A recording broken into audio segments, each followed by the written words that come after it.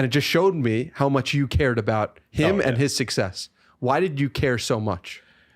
One, because I knew he was one of the best before the world knew it. Yeah. I wanted the world to know it. And the fact that he was giving me a chance when I didn't even know if I deserved it yet, I'm like, I'm not going to disappoint you. And like when we sat down, I was already working with him for a couple of years, but this was still when I was doing both. I was law enforcement and half time doing editing. And then he's like, yo, things are ramping up. And we had a sit down talk. I remember it was in like my car after I got off the law enforcement job one day. And like we were saying like, yo, we need to take this to the next level. And it's like, in order to do that, I'm gonna need you full time or whatever. And like we spoke about what's the goals and job entail and all that type of stuff. And I'm like, my goal is making the world know you're the best fucking comic in the world. That was my goal. Like, because I'm not trying to be the guy.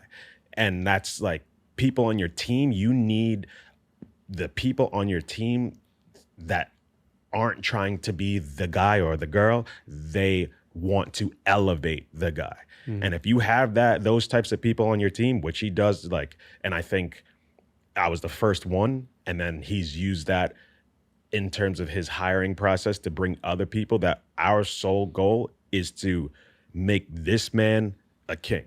And it's like, he is super gracious at the same time. So it's like, you don't feel like you're being used or whatever the case is. It's like, you're like, yo, he appreciates me. He involves me in everything that he's doing. He gives me credit when people don't even have to give credit. It's like mentioning you on Rogan. Yeah. Like how could you not be happy to work with or devote yourself to a person like that? 100%. And like devote yourself sounds crazy, but you know what I mean. 100%. Yeah. And so now you're in the position where, when was that initial meeting of like, yo, we got to take this full time? Do you remember around what date that is? I don't remember. It was probably like early 2018, probably. Okay. Early 2018. And now in a completely different place. Or early 2019, because it was after I got locked up. Oh, the Sweden. Yeah. That's a whole nother story.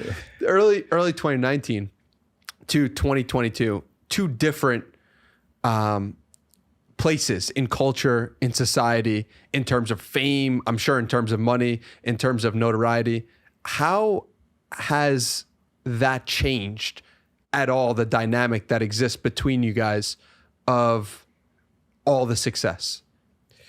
Well, for starters, this guy's a megastar now. Like you can't even walk down the street in New York with him anymore. Like he has to stop for pictures and everybody's yelling. It's fucking crazy how things have like blown up since we first started. But yeah, I think it's a balance of both of us. Like I really respect how he has grown and is handling his like stardom. Like he's in movies now and shit. Like it's crazy.